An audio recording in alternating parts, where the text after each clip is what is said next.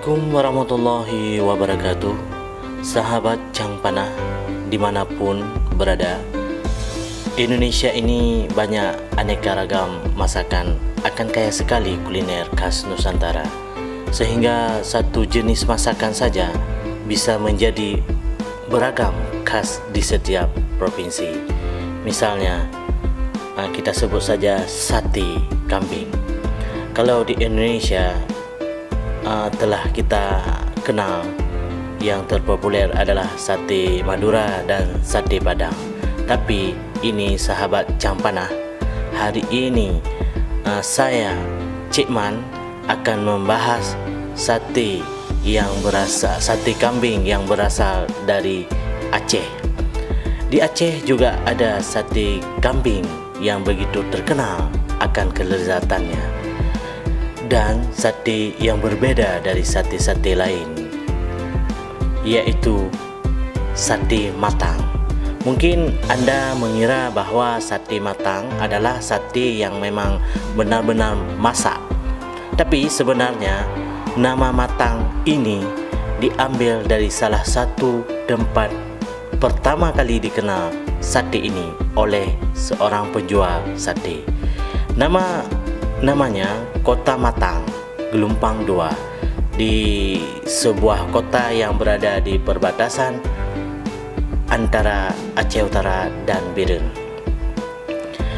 Perbedaan sate matang dengan sate kambing yang biasa yaitu terletak pada bumbu yang digunakan lebih banyak memakai rempah. Sate matang juga biasanya dimakan bersama dengan kuah soto yang rasa kaldu dari tulang kambing. Rasanya seperti kari dan saus bumbu kacang.